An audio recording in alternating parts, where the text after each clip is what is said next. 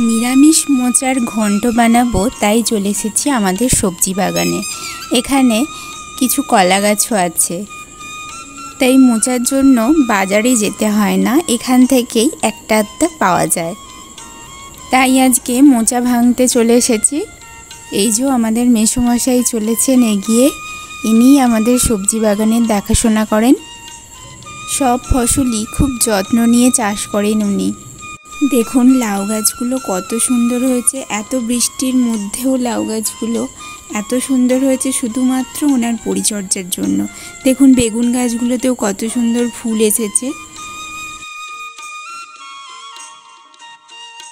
দেখুন এই লাউ গাছটাও কেমন গাদার মধ্যে বেড়ে উঠেছে। দেখুন মেসোমশাই চলেছেন লাঠির মধ্যে কাস্তে বেঁধে।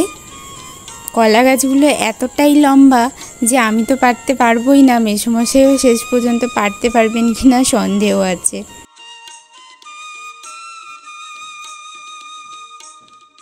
মোচাটা কলা থেকে এখনও ঠিকঠাক ছাড়েনি, তবুও মোচার ঘন্ট বানানোর তাগিদেই তাকে ভেঙে ফেলা হয়েছে। এদিকে দেখুন কত সুন্দর কঙ্কা নোটে হয়েছে, এটাও মেসোমশাইয়ের পরিচর্যাতেই এত সুন্দর হয়েছে। লাঠিতে কাস্তে বেঁধেও হলো না, শেষ পর্যন্ত মেসোমশাই টুল এনেছেন মোচা ভাঙার জন্য। অনেক কষ্ট করে মোচা ভেঙে মেসোমশাই মোচা নিয়ে দাঁড়িয়ে আছেন। যুদ্ধ করে তো মোচা পাড়া হলো, এবার মোচাটা কাটতে যে কতক্ষণ সময় লাগে আপনাদের কি বলবো। মোচাটা অনেক সময় নিয়ে আর ধৈর্য নিয়ে কাটতে হয়। মোচা খাওয়া তো খুবই উপকারী, মোচাতে প্রচুর পরিমাণে আয়রন থাকে।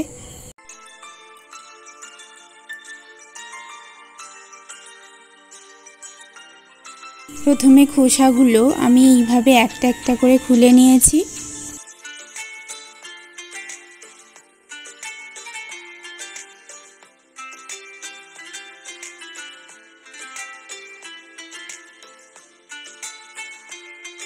খোলাটা পুরোটা ছাড়ানো হয়ে গেছে, এবার আমি মোচাটা কেটে নেব। তবে এই যে ধারের হলুদ অংশগুলো বাদ দিয়ে দিতে হবে, এবং এর ভেতরে একটা সরু ডাঁটি থাকে যেটা বাদ দিয়ে দিতে হয়, তা নইলে ওগুলো খুব শক্ত হয়,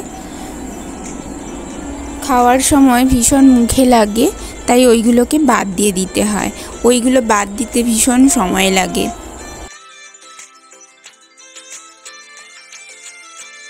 সকলকে পুরো ভিডিওটা দেখার অনুরোধ রইল। আপনাদের হাত ধরে আপনাদেরকে সাথে নিয়েই আমার পথ চলা, তাই সকলে পাশে থেকে আমাকে উৎসাহিত করবেন যাতে আমি আমার প্ল্যাটফর্মে দাঁড়িয়ে আত্মবিশ্বাস নিয়ে এগিয়ে যেতে পারি।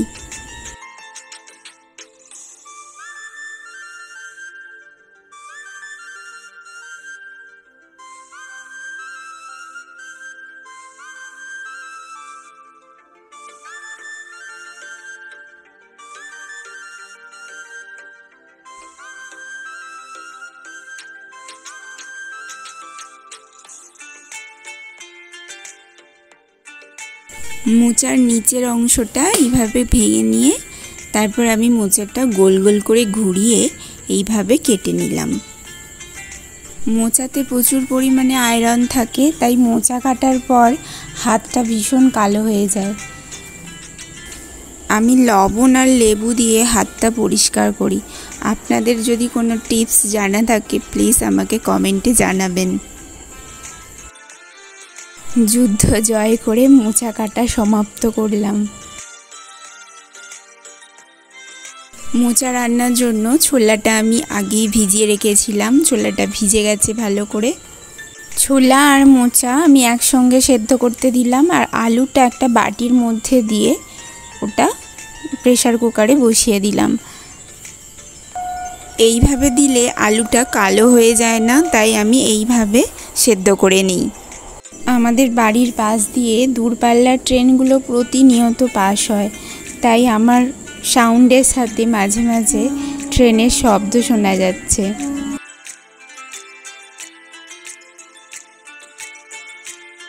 এবার একটু লবণ আর প্রয়োজন মতো জল দিয়ে কয়েকটা সিটি দিয়ে নেব।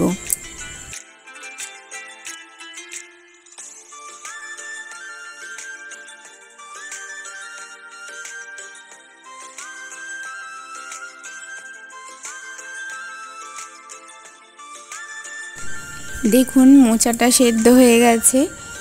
এবার কড়াইতে তেলের মধ্যে ফোড়নে দিয়েছি তেজপাতা, শুকনো লঙ্কা, 5 ফোড়ন।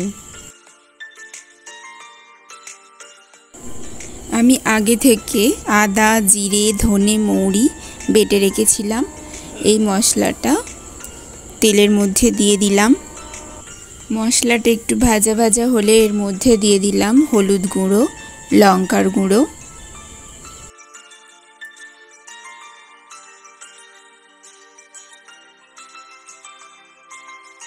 এবার দিয়ে দিলাম সামান্য একটু চিনি।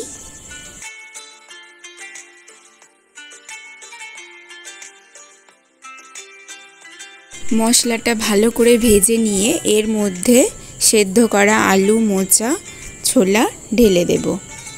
মশলার সাথে ভালো করে নাড়াচাড়া করে নিয়ে এবার এর মধ্যে একটু জল দিয়ে দিলাম। তারপর ভালো করে ফুটিয়ে নিতে হবে, তাই একটা ঢাকনা দিয়ে দিলাম। ঢাকনা দিয়ে একটু ফুটিয়ে নেব।